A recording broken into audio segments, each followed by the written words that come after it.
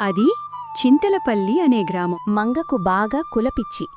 అటువంటామెకు కుల తక్కువ కోడలు వస్తే, అయ్యో భగవంతుడా, నా కొడుకు ఎంత పనిచేశాడు, ఎవరో ఈ ముక్కుముఖం తెలియందాన్ని నా ఇంటి కోడలుగా తీసుకొచ్చాడే అని గట్టిగా అరుస్తూ శోకాలు పెడుతోంది మంగ.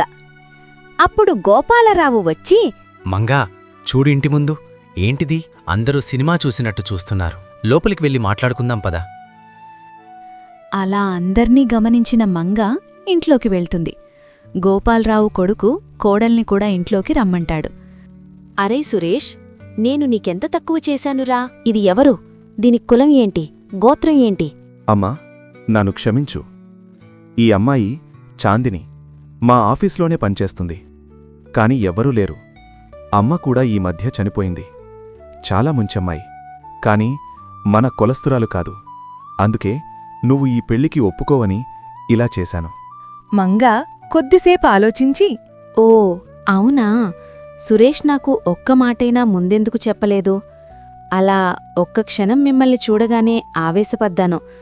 అమ్మా చాందిని, ఏమీ అనుకోకు తల్లి. చాలా ధన్యవాదాలత్తయ్య, మీరు నన్ను అంగీకరించినందుకు.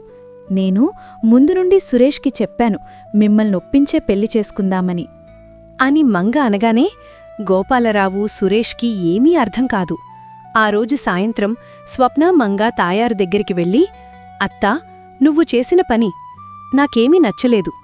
కులం తక్కువ వారిని గడపకూడా తొక్కనివ్వని నువ్వు ఆ చాందినీని కోడలిగా ఎలా అంగీకరించాదు? ఓసే స్వప్న, నీ మేనత్త పిచ్చిదనుకుంటున్నావా? నేను ఒప్పుకోనని తెలిసి వాడు పెళ్లి చేసుకుని వచ్చాడు. ఇంట్లోకి రానివ్వకపోతే చస్తాను అని బెదిరిస్తాడు, లేదా పట్నంలో కాపురం పెడతారు.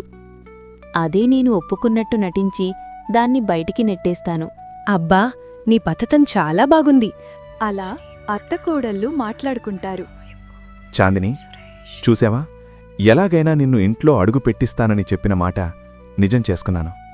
అయినా అమ్మ ఇంత సులువుగా ఒప్పుకుంటుందనుకోలేదు అనుకుంటూ సంబరపడిపోతుంటారు సురేష్ చాందినీలు.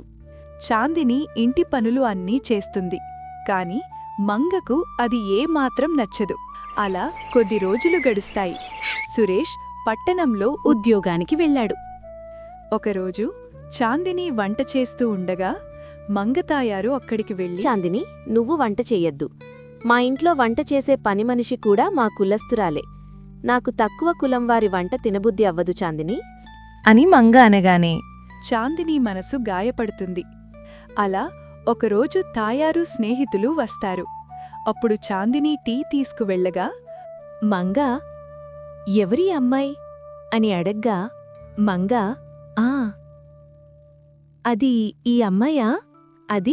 అదేంటత్తయ్యా, మీ చిన్న కోడల్ని అని చెప్పరి. ఓహో, అయితే మేం విన్నది నిజమే అన్నమాట. కులం కులం అని అనుకునే నీకు కులం తక్కువ కోడలొచ్చిందన్నమాట. అయినా ఈ కాలంలో కూడా నీకు ఈ కులం పిచ్చి అంటో ఎప్పుడైనా మారవే? మంగకు చాలా అవమానంగా అనిపిస్తుంది. దాంతో చాందినీ మీద చేయి చేసుకుంటుంది. అప్పటినుండి తనకి సరిగ్గా తిండి కూడా పెట్టేది కాదు.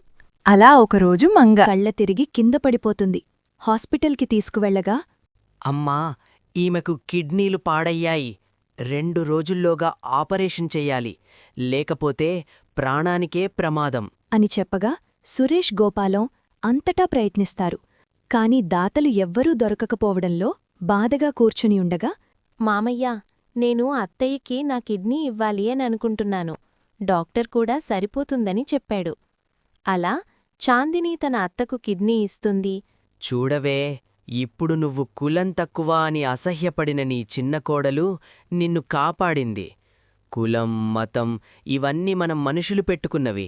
అమ్మా చాందిని, నువ్వు ఎందుకు తల్లి నన్ను కాపాడావు? నిన్ను కొట్టినందుకా, కులం తక్కువ అని మాట్లాడినందుకా, నిన్ను పస్తులు పెట్టినందుకా అమ్మా? చెప్పు, ఎందుకు కాపాడావు నన్ను? అలా మంగ చాందిని విలువ, గొప్పతనం తెలుసుకుంటుంది.